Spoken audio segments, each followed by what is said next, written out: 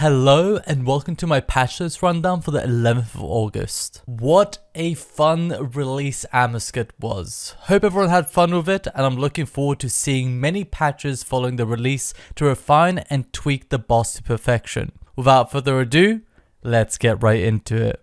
The player receiving a unique loot after a kill will now glow along with the chest. Multiple players are no longer able to jump onto the platforms during phase 6 and get stuck. Players are no longer able to kill the NPCs in the incorrect order on the platforms during phase 6.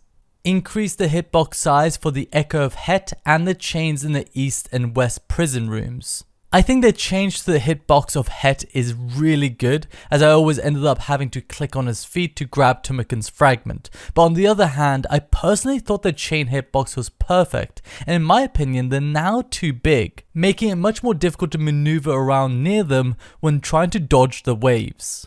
Amascut's HP will no longer take damage during phase 6 until the absorbed HP from the engulfing shadow has been depleted, and the damage dealt to the absorbed HP is represented by black background hit splats.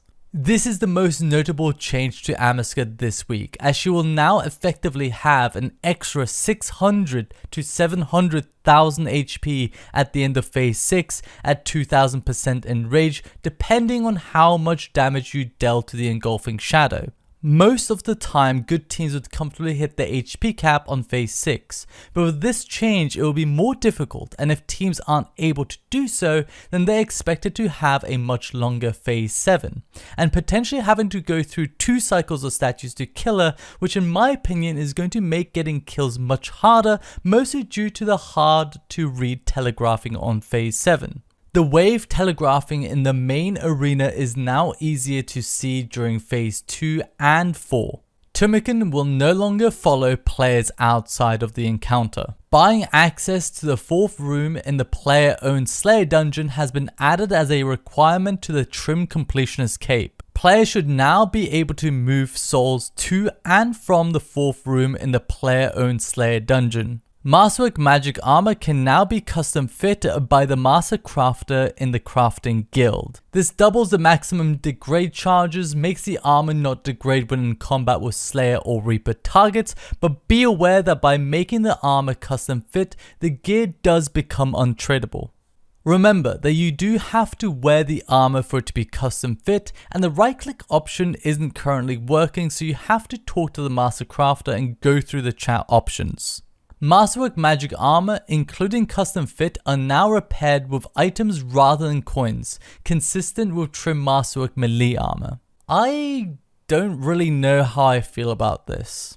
Generally, I prefer to upkeep my equipment with coins, but resource sinks like Grimoire pages and Tectonic Energies are prime historical examples of a good way of keeping a piece of content relevant, whether you think it outweighs the negatives or not. I think it's a double-edged sword, where players want something to be efficient or worthwhile engaging with, but they also don't want the potential downsides that come with it. I've seen this especially become apparent with skilling over the years, as players want a new piece of content to reward them with something really good, but they also don't want it to add another layer of the list of things that they need before they do an activity. Anyways, back to the armor. If players custom fit their armor, it will roughly take 74 hours before it degrades, depending on what they do with it, and assuming that they don't use it at Slayer or Reaper tasks. It would take 500 Star Bloom flowers and 50 Croesus flakes in raw materials to fully repair the whole set, and this is also assuming that the players aren't using Blaster Fusion boots or Cinderbanes. Added GE item set boxes for Primal and Star Bloom from +1 through +5. In progress Star Bloom and Masterwork drafts are now the color of their finished cloth. Continuing with general patch notes. Flesh crawlers and moss giants no longer drop spirit weed seeds in free-to-play worlds. The activation of the Imp Soul perk no longer prevents the progression of the daily woodcutting challenges. Power Burst of Acceleration now correctly resets all mobility ability cooldowns when used in the wilderness with PvP disabled. Ravenous Ghoul souls can now be captured with an Ushapti and have been added to the Slayer Codex. The Persistent Rage Archaeology relic can no longer be used during the Broken Home quest. And that's it for this week's patch notes. Thank you for watching and take care.